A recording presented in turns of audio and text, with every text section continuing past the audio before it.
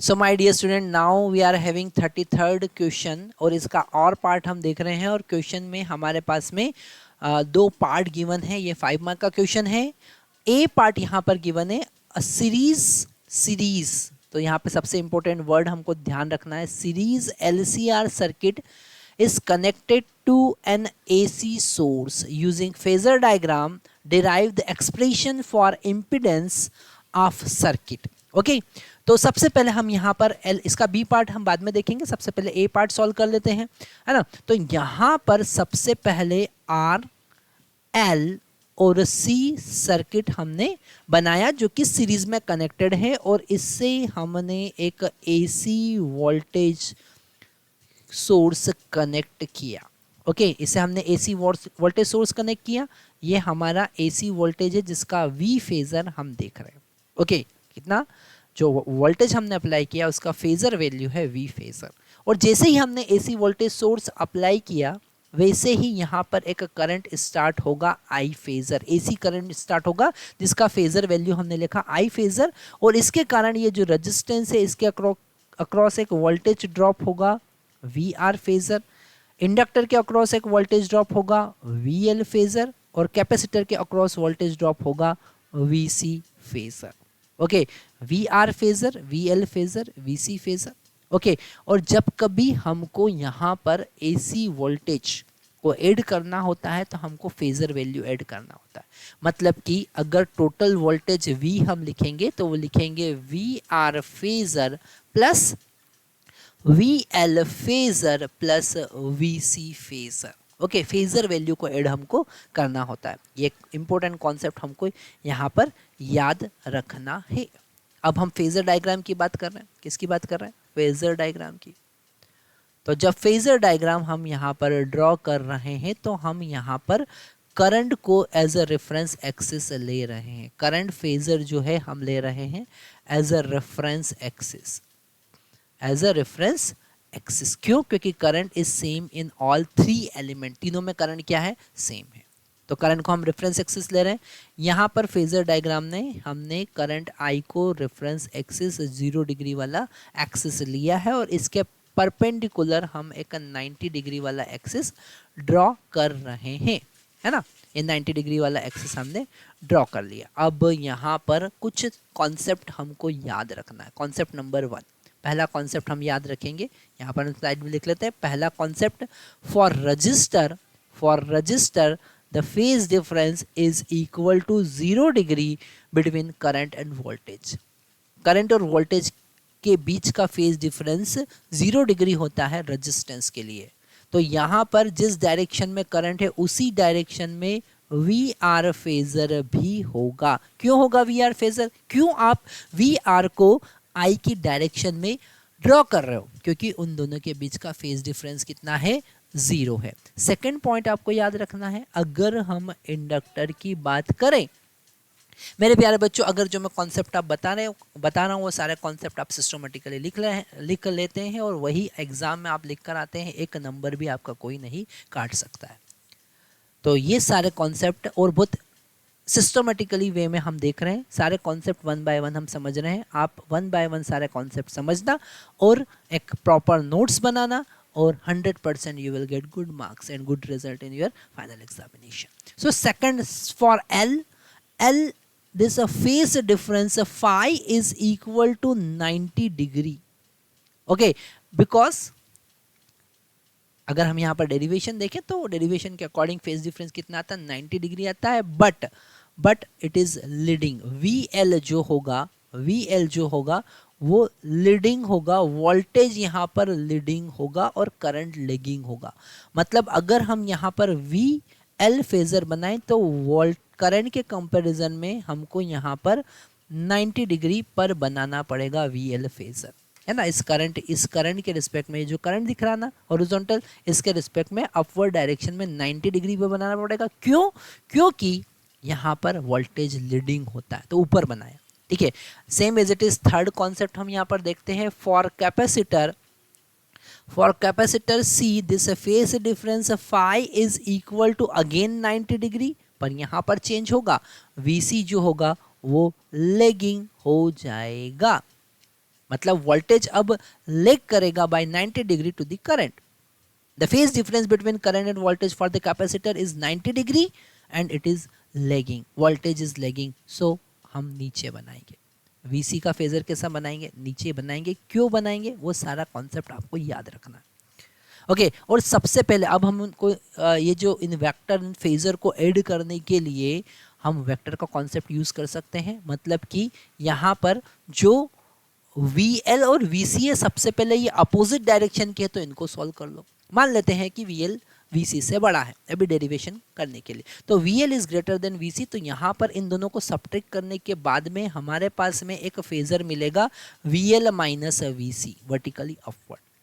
Okay अब हमारे पास में केवल दो फेजर है VL माइनस VC और VR और ये दोनों 90 डिग्री पे. हम तो यहाँ एक रेक्टेंगल ड्रॉ कर लेंगे ऐसा क्योंकि वेक्टर एडिशन का कॉन्सेप्ट हम यूज़ करते हैं.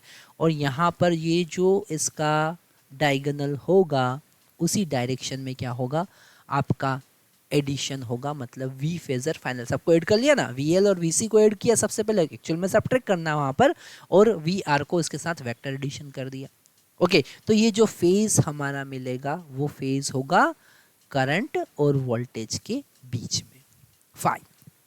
ओके पर यहाँ पर हमको इम्पीडेंस का फार्मूला डिराइव करना है. तो यहाँ पर अगर हम इस V फेजर जो फाइनल तीनों के अक्रॉस का एडिशन है उसका अगर हम मैग्नीट्यूड देखें तो यहाँ से यहाँ तक का लेंथ जो होगा जो डायगोनल का लेंथ होगा वो आपको फाइंड करना है. तो डायगोनल का लेंथ क्या होगा? हाइट डिवाइडेड बाय हाइट का स्क्वायर डिवाइडेड बाय हाइट का स्क्वायर प्लस बेस का स्क्वायर और उसका रूट. तो हाइट यहाँ पर क्या है? VL minus VC. तो VL माइनस VC का whole square plus VR whole square और इसका रूट अगर हम देखेंगे तो वो होगा V. ओके आपको यहाँ पर ये कॉन्सेप्ट समझना पड़ेगा कि क्यों हम ऐसा कर रहे हैं. क्योंकि हमको इसका लेंथ फाइंड करना है. जो लेंथ होगा वो उसका मैग्नीट्यूड है. ओके जो लेंथ है उसका मैग्नीट्यूड है. तो यहाँ पर जो अप्लाइड वोल्टेज है वो तीनों का एडिशन है. तो इसका लेंथ जो होगा वो तीनों के एडिशन के बराबर होगा. मतलब VL माइनस VC का होल स्क्वायर प्लस VR का होल स्क्वायर इसका रूट. पर हमको ये पता है यहाँ पर हम लिखेंगे कि जो VL होगा वो होगा I into XL current into reactance. Okay inductor के लिए इंडक्टिव रिएक्टेंस. और अगर हम VC की बात करें तो वो होगा I इंटू XC कैपेसिटर के लिए कैपेसिटिव. और VR जो होगा वो होगा I into R resistance. Okay तो यहाँ पर रिएक्टेंस और रेजिस्टेंस हमने वैल्यू पुट किया.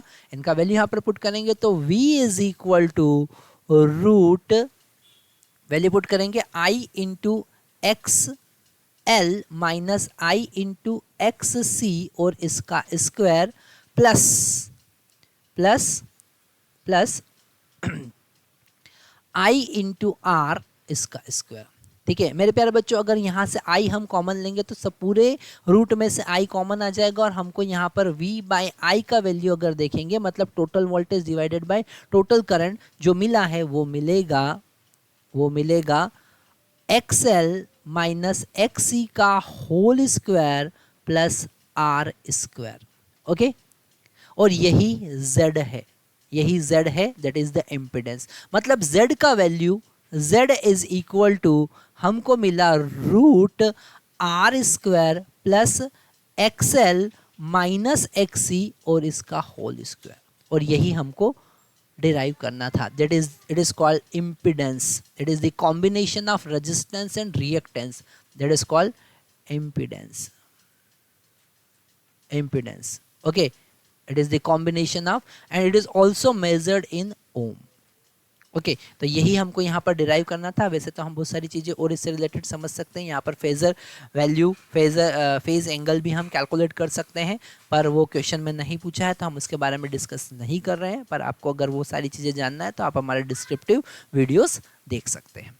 नेक्स्ट हम B पार्ट पर यहाँ पर मूव करेंगे. Now in our B section question is given that plot the graph to show the variation of current with the frequency of AC source. Okay,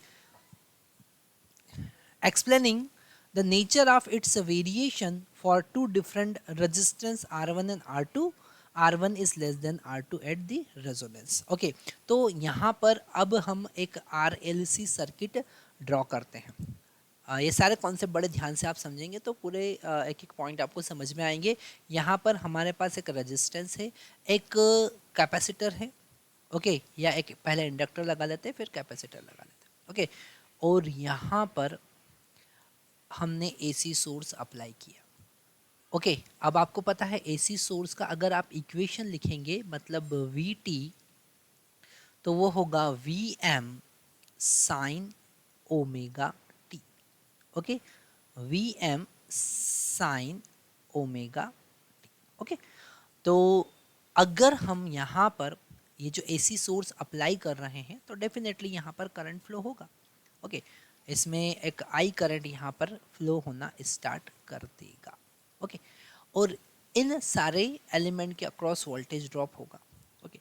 तो ये सब कुछ इस फ्रिक्वेंसी पर डिपेंड करेगा और यहाँ पर हम वेरिएबल फ्रिक्वेंसी यूज कर रहे हैं। कैसा? Variable frequency, variable frequency. तो जब हम यहाँ पर इसको प्रैक्टिकली देखते हैं तो हमको क्या मिलता है? हमको एक ग्राफ यहाँ पर मिलेगा with respect to frequency omega, या एफ भी आप लिख सकते हैं क्योंकि F this omega is equal to 2 pi F, है ना। तो जब हम यहाँ पर ग्राफ प्लॉट करते हैं between this current I, okay, यहाँ पर कहते हैं graph variation in current, okay, with frequency graph plot करते हैं तो इसको हम कहते हैं रेजोनेंस कर्व। क्यों? क्योंकि जैसे ही हम फ्रिक्वेंसी धीरे धीरे इंक्रीज करते हैं तो एक पर्टिकुलर फ्रिक्वेंसी जिसको हम कहेंगे रेजोनेंस फ्रिक्वेंसी, क्या कहेंगे?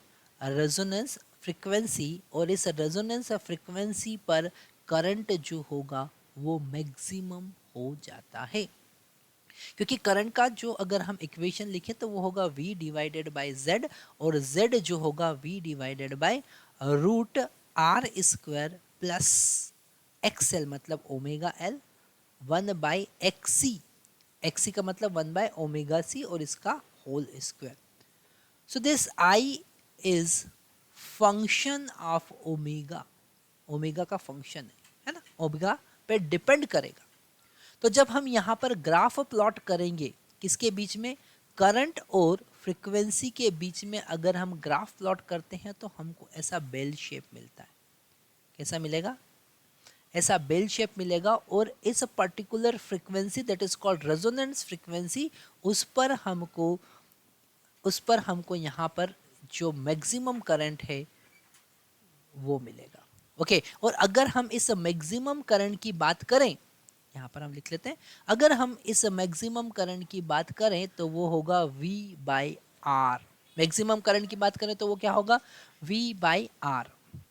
तो यहाँ पर जो ये पीक करंट है, जो मैक्सिमम करंट है रेजोनेंस पर मिलेगा, ओके। इसलिए हम रेजोनेंस कंडीशन की बात करते हैं जहाँ पर जो उसका रिएक्टेंस इफेक्ट है, रिएक्टिव इफेक्ट है, वो नलीफाई हो जाता है। क्यों? क्योंकि यहाँ पर XL is equal to XC हो जाएगा, उससे रेजोनेंस फ्रीक्वेंसी हम फाइंड करेंगे। तो यहाँ पर ये जो पीक करंट है वो हमको पता चल रहा है कि रेजोनेंस रेजिस्टेंस के इन्वर्सली प्रोपोर्शनल है, रेजिस्टेंस के इन्वर्सली प्रोपोर्शनल है। और अगर हम रेजिस्टेंस का वैल्यू बढ़ा देते हैं, मतलब R1 से R2 इंक्रीज कर देते हैं, तो ग्राफ जो मिलेगा वो उसका पीक वैल्यू इंक्रीज हो जाएगा। तो ये ग्राफ जो है वो ऊपर जाएगा, ये ग्राफ ऊपर जाएगा। जो रेजोनेंस कर्व है वो ऐसा बनेगा, ये ग्राफ ऊपर जाएगा, ओके। तो ये जो ब्लू कलर का पहले ग्राफ बनाया था ये R1 है, और अगर हमने R का वैल्यू बढ़ा दिया, सॉरी, ये जो हमने बाद में बनाया है वो R1 के लिए है क्योंकि R1 का वैल्यू कम है, और सेकंड वाला R2 के लिए क्योंकि R2 का वैल्यू ज़्यादा है तो IM का वैल्यू कम होगा, ओके। तो अगर हम यहाँ पर, उसने यही पूछा explaining the nature of its variation for two different resistance. तो वेरिएशन क्या होगा? वो स्टीप होता जाएगा, शार्पनेस बढ़ती जाएगी। अगर रेजिस्टेंस आप डिक्रीज करते हो तो शार्पनेस क्या होगी? बढ़ती जाएगी। तो 1 बाय आर जो है उसकी शार्पनेस बताता है, इनवर्स ऑफ रेजिस्टेंस क्या बताएगा? शार्पनेस बताएगा। जितना कम वैल्यू रेजिस्टेंस का होगा उतना शार्प रेजोनेंस कर्व हमको मिलेगा। और यहाँ पर एक कॉन्सेप्ट बैंडविड्थ का भी आता है, पर वो हमारे सिलेबस में अभी नहीं है, इसलिए हम बैंडविड्थ की बात यहाँ पे नहीं करते हैं। पर रेजोनेंस कर्व की जब बात करते हैं तो बैंडविड्थ का कॉन्सेप्ट भी हमको समझना होता है। रेजोनेंस कर्व बहुत इंपॉर्टेंट कर्व है क्योंकि इससे बहुत सारे कॉन्सेप्ट जुड़े हुए थे। तो यहाँ पर इस क्वेश्चन में उन्होंने कहा है plot the graph for the variation of current with respect to frequency. जो हमने प्लॉट किया उसको समझा और हमने यहाँ पर आर की अलग अलग वैल्यू के लिए, दो वैल्यू के लिए रेजोनेंस कर्व में क्या चेंज आया है उसको समझा। ओके, तो अगर हम बात करें रेजोनेंस कर्व की, तो रेजोनेंस कर्व बड़ा इंपॉर्टेंट है। यहाँ पर जो हमने क्वेश्चन था उसी का यहाँ पर आंसर दिया। अगर इसका कंप्लीट कॉन्सेप्ट आपको समझना है तो हमारा डिस्क्रिप्टिव वीडियो आपको देखना रहेंगे। हमने यहाँ पर आपको एक पीडीएफ प्रोवाइड किया है। उस पीडीएफ में सारे क्वेश्चन नंबर 1 to 33 जिसमें जितने भी इंटरनल चॉइस है उन सबके सॉल्यूशन का वीडियो लिंक प्रोवाइड किया है। आप वो डाउनलोड करके डायरेक्टली किसी भी क्वेश्चन को एक्सेस कर सकते हैं, उसका सॉल्यूशन देख सकते हैं। आपको डिस्क्रिप्टिव सॉल्यूशन मिलेगा, मतलब कोई भी कॉन्सेप्ट आपका मिस वहाँ पर नहीं होगा।